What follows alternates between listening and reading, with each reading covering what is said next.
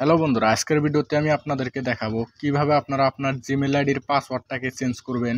আপনি যদি আপনার জিমেল আইডির পাসওয়ার্ডটা ভুলে গিয়ে থাকেন, তারপরেও কিন্তু আপনি আপনার পাসওয়ার্ডটাকে চেঞ্জ করতে পারবেন।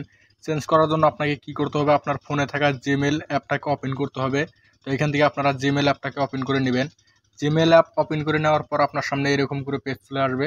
তারপর আপনারা কি করবেন, উপরে দেখেন ডান দিকে আপনার প্রোফাইল পিকচার দেওয়া আছে, আপনারা আপনার প্রোফাইল পিকচারের উপরে ক্লিক করে দেবেন।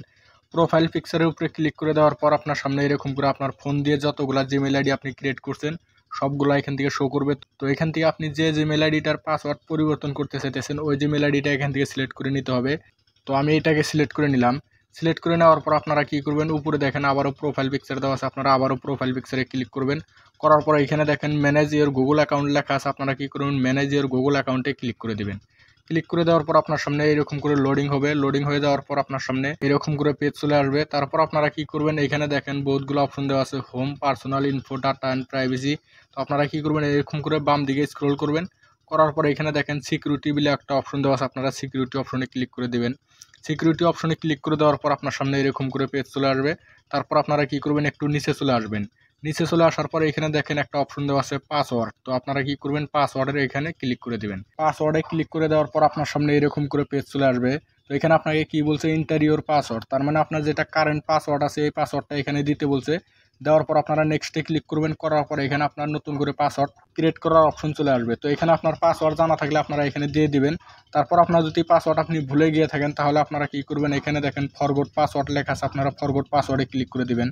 ফরগট পাসওয়ার্ডে ক্লিক করে দেওয়ার পর আপনার সামনে এরকম করে পেজ চলে আসবে। তারপর আপনারা কি করবেন, এইখানে দেখেন নিচে একটা অপশন দেওয়া আছে ট্রাই আনাদার ওয়ে। তো আপনারা কি করবেন, এই অপশনটাতে ক্লিক করে দিবেন। ক্লিক করে দেওয়ার পর আপনার সামনে এরকম করে পেজ চলে আসবে। তো এখানে আপনাকে কি বলছে যে আপনার জিমেল আইডিটা যে ফোন দিয়ে আপনি ক্রিয়েট করছিলেন ওই ফোনে যদি হয়ে থাকে তাহলে আপনার এখানে কন্টিনিউ লেখা আছে, আপনারা কন্টিনিউতে ক্লিক করে দিলেই এখানে আপনার পাসওয়ার্ড চেঞ্জ করার অপশন চলে আসবে। আর যদি ব্ল্যাক ফোন হয়ে থাকে তাহলে আপনার এখানে আপনার মোবাইল নাম্বার দিয়ে যে আপনি জিমেল আইডিটা ক্রিয়েট করছিলেন আপনার মোবাইল নাম্বারে একটা ওটিপি কোড চলে যাবে, ওইখান থেকে আপনার ওটিপি কোডটা নিয়ে তারপর এখানে দিতে হবে। দেওয়ার পর কিন্তু এখানে আপনার পাসওয়ার্ড চেঞ্জ করার অপশন চলে আসবে। তো আমার এই মোবাইল নাম্বারটি দিয়ে আমার জিমেল আইডি খোলা ছিল, তো আমি এখানে কন্টিনিউ লেখা আছে কন্টিনিউতে ক্লিক করে দিলাম।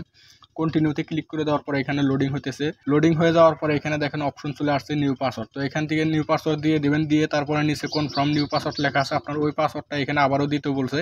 দিয়ে আপনারা এখানে চেঞ্জ পাসওয়ার্ড লেখা আছে, এখানে ক্লিক করে দেওয়ার সাথে সাথে পাসওয়ার্ড চেঞ্জ হয়ে যাবে। আর যদি আপনার যে মোবাইল নাম্বারে জিমেল আইডিটা খোলা ছিল ওই মোবাইল নাম্বার না হয় ব্ল্যাক মোবাইল নাম্বার হয়ে থাকলে আপনার যে মোবাইল নাম্বারটি দিয়ে আপনারা আপনার জিমেল আইডি ক্রিয়েট করছিলেন ওই মোবাইল নাম্বারে ওটিপি কোড চলে যাবে, আপনারা আপনার ওটিপি কোডটা দিয়ে দিবেন। দিয়ে দেওয়ার পরে এরকম করে আপনার চেঞ্জ করার অপশন চলে আসবে।